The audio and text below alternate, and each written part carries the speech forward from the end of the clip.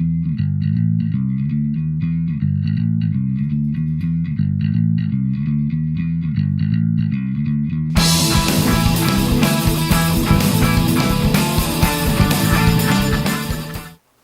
and welcome to another Beer Clipper video. This is my entry for a challenge on the Tabletop Crafters United Discord. Invitation for that, so you can come and join us, is in the description below if you want to. This month I actually was the one that suggested the theme, suggested it to Ryan quite a long time ago, and he decided to run with it now. And I sat down, and you might have thought that having suggested it I would have had all the ideas in the world, but it took a little while for me to come up with something. But now I've come up with at least 2, if not 3, and this is the first build that I've completed. So I've called this one the Field of Memory, and this was the first idea I had. And it is designed as a display board and maybe a gaming piece, but also just as a little memorial to the horrors of war, because the older I get, the less I think of war as awesome, which you do when you're a young boy, and the more I think of it as dreadful and terrible. And so I wanted to do this to like encapsulate that, the war-torn battlefield, the mud, the dirt, and then the one single poppy in the middle. So I really hope that you enjoyed the video. It's not a hugely long one. There are pictures at the end if you want to look at those. And yeah, I thank you very much for watching. Do pop a comment below. I do love to read all your comments, and I reply to every single one of them. So yeah, let's get into the video, and I will see you again at the end. So let's get started on this new build. The concept here is the monochrome idea, and what I'm going to be doing is making a muddy, rutted, battle-torn field with a single poppy in the middle. And so to do this, I'm going to make use of some Luke's modelling compound on this base here, which I have previously done the wire brush trick to make it actually have some teeth so it can adhere, and it's clamped down just so that it doesn't warp. And I will probably, as soon as I've finished doing the modelling compound, I will be able to remove this from the board, because the modelling compound won't warp with the things I'm going to do. And I do want to have this as a smooth transition up. So I'm just going to come along here, as you can see, and build up a base, and probably not do it quite as thick as I have actually. So smooth that out and make a roughly square shape, which I can then, when it's dry, I better paint and put my terrain on and put my scenic material on. I will also be making use of my tea leaves, so this will also form not just the TCU challenge, but is also going to be for my own little friendly thing that I'm challenging everyone who's interested. So if you want to be involved, save your coffee granules or your tea leaves from your morning brew and utilise it in some art. It doesn't have to be terrain. If you're a sculptor or if you're a painter, put it on a painting. Use it to add some texture to your painting or something. Be creative. There's no wrong way about joining in the morning brew challenge. The only wrong thing is if you don't join in. So come and join us. There's a fair few people doing it, and I'm seeing some really, really interesting stuff. So anyway, this will also be part of that. So I'm going to carry on. Stop muttering. I'm muttering to you now. I'll stop muttering now. Get this done. Making a patty.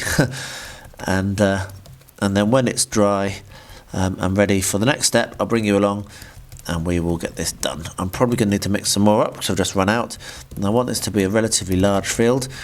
It's going to be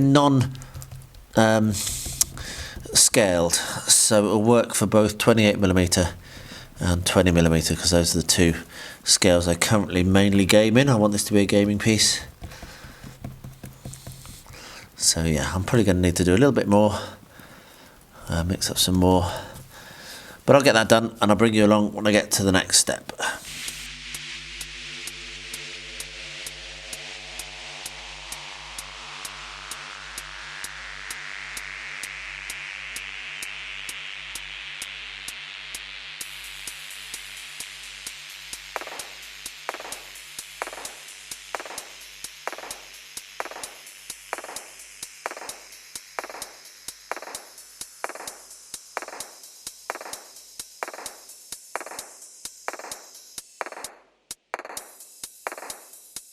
I've been thinking about the next step on this, and I don't know whether I'm right or not, but this is what I'm going to do. I had two options. One was to start doing the wood bits that are going to go in, so the stakes and the blasted trees, and the other was to go for the texture. And I've decided that I am going to go for the texture next. So what I'm going to do is I'm going to come along with my terrain paint, link in the description below to how to make this. It is literally house paint mixed with water and a bunch of PVA. And what I'll do is I'm going to paint that all over quite thick, because Luke's modelling compound really is thirsty for moisture, so it dries fast. And then every now and then I'll stop and scatter sand like that, and I'm going to cover the whole piece in that, which is going to give me a base colour and a base texture. And then after I've finished doing this, and when it's dried, then I'll be able to come along and add in some of the details. And this is as I say, I was thinking about doing it the other way around. Now, the reason I've decided to do it this way around is I don't want to have this texture on those wooden details that I'm going to add in, the splintered trees and what have you, which is going to be in here. And it's very, very hard, as you can see, because of how thick I put this on, to avoid getting the paint onto that and then avoid sticking sand to somewhere where you don't want it to be. So anyway, that's my thinking. I'll get this done, doesn't take very long, and when it's ready for the next step, you can be sure that I will bring you along.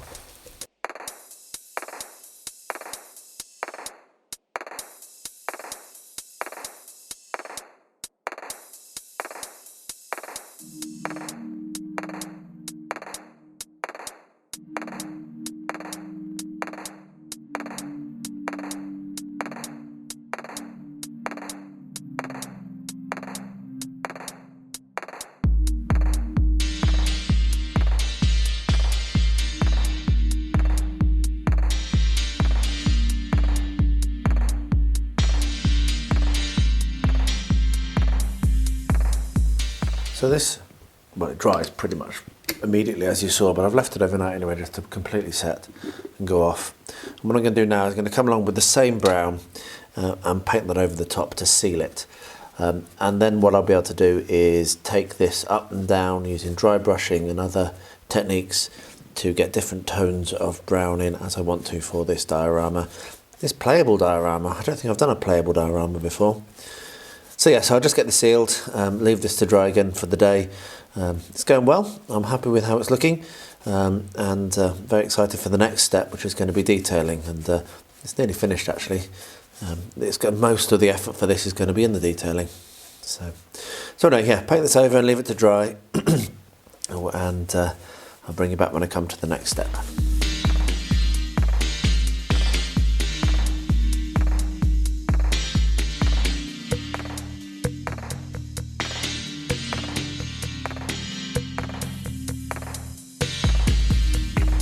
This is dried now, so it's time for my dry brushing to happen. And what I've got is I've got a bunch of different browns. I've got this dusty kind of grey brown. I have my ready brown here, which is just called brown gauche. I have this, which might be a bit red, I may not use it, but it is still a brown. And I have my raw umber. And those are all the browns I've got, other than the brown which is actually on the base coat, so I can't really use that. And what I'm going to do basically is come along with various of these paints, and I'm going to dry brush them on over the top of this build. So, like this. And the idea will be to basically bring out some of the different textures. Bit of blue foam there. And just make it a little bit more, not just one colour brown. So I'll get that done. I'll probably leave the camera rolling while I'm doing this. And when this is done, then it'll be time for me to put the thing that I'm really excited about, which is the rest of the actual elements on. So the fences and broken trees and what have you.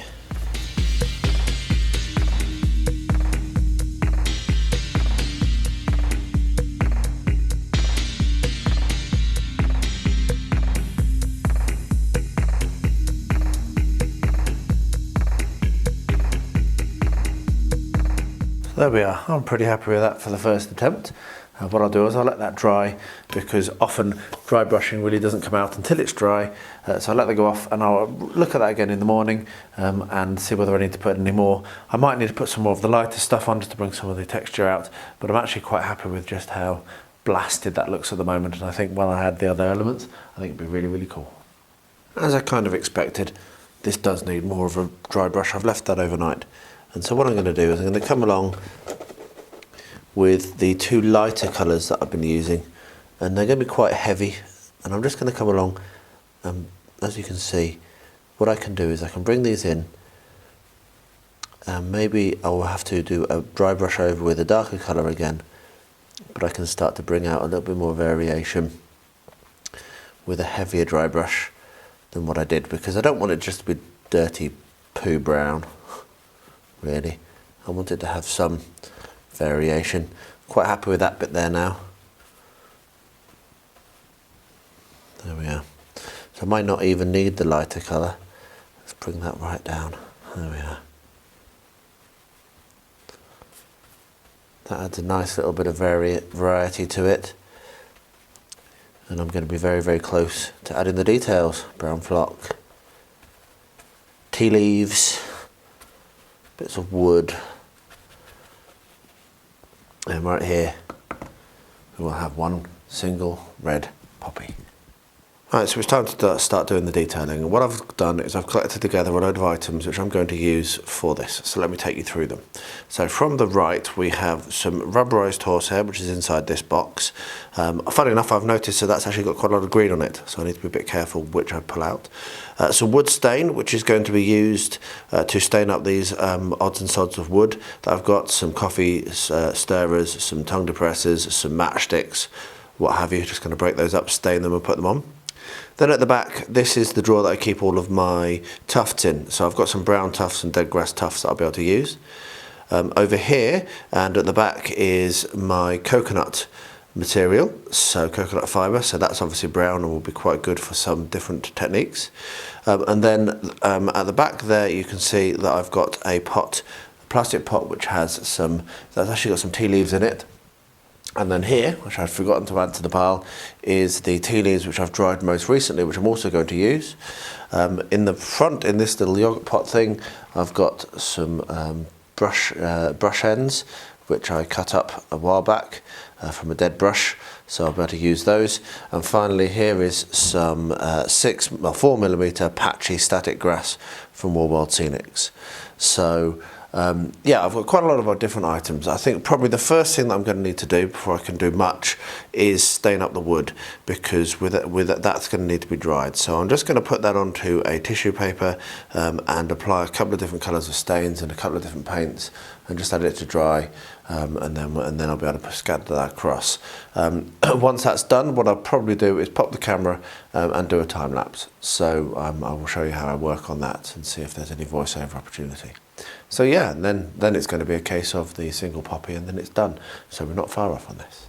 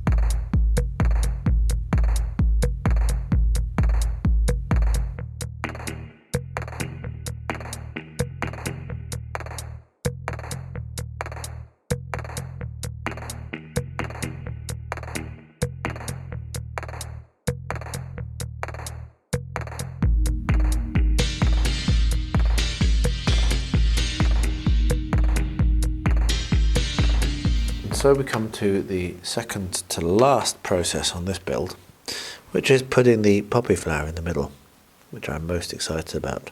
Now I've thought about how I'm going to do this, and I think I'm just going to do it as a little blob, and then I'll put a little black dot of paint in the middle, because I want this to be multi-scale. So this is going to be too big for most of the things I'm going to use it for, but it can be a huge poppy. We get massive poppies here. So there we are. So we can put that, turn that over, and then when that's dried, I'll put a blob. Oh, I'll put a blob of black paint in the middle, and that will then be a lovely poppy. Now, the process that I've got to do after this, which I won't film because it'll be a bit boring, is I'm going to come along and I'm going to put PVA glue over the lot of it to seal everything down. There we are. We have our poppy. Yes, so I'll put some PVA glue over everything else that's around, scattered around, to seal it down. Just use my terrain glue, just to seal the whole thing. And then when that's dry, I'll bring you back and we'll cut this off of the base and we'll have a look at it. So yeah, I'm just going to do that now. Just put a load of watered down PVA over it and let that dry for a day. This is now dried and is ready to be cut from the base, which I will do. I was thinking, and you can see I tested about using my Proxon, but it's just too fiddly. It's a good idea if I was a little bit neater, but all these little bits of overhang of the of Luke's modelling compound, the Proxon doesn't want to go through it, and I really don't want to be breaking my breaking the wire again, so because I can't be bothered to keep changing it. So I'll do this by hand. It doesn't take that long. It's actually not that much quicker, if quicker at all, with the Proxon. So all we'll do is we'll come along and we will cut along the edge and remove each of this bits of section, and then we're done. So what I'll do, I'll get that done. I won't film it, it's going to be a bit tedious, but I'll get that all done. We'll take some pictures and then I'll be back to wrap up the build and talk about what I did. I'm quite pleased with how it looks though. I really like that poppy right in the centre there.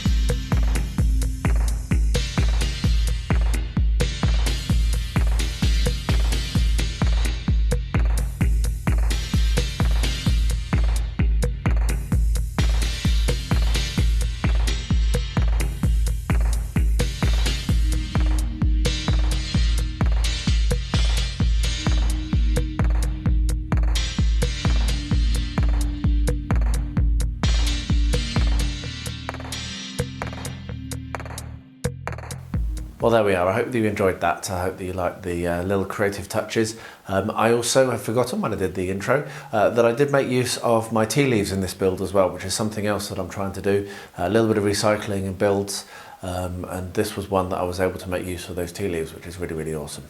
So let me know below if you like this, if you don't, if you've done anything similar. I would love to hear from you. I do reply to all those comments, so don't be shy.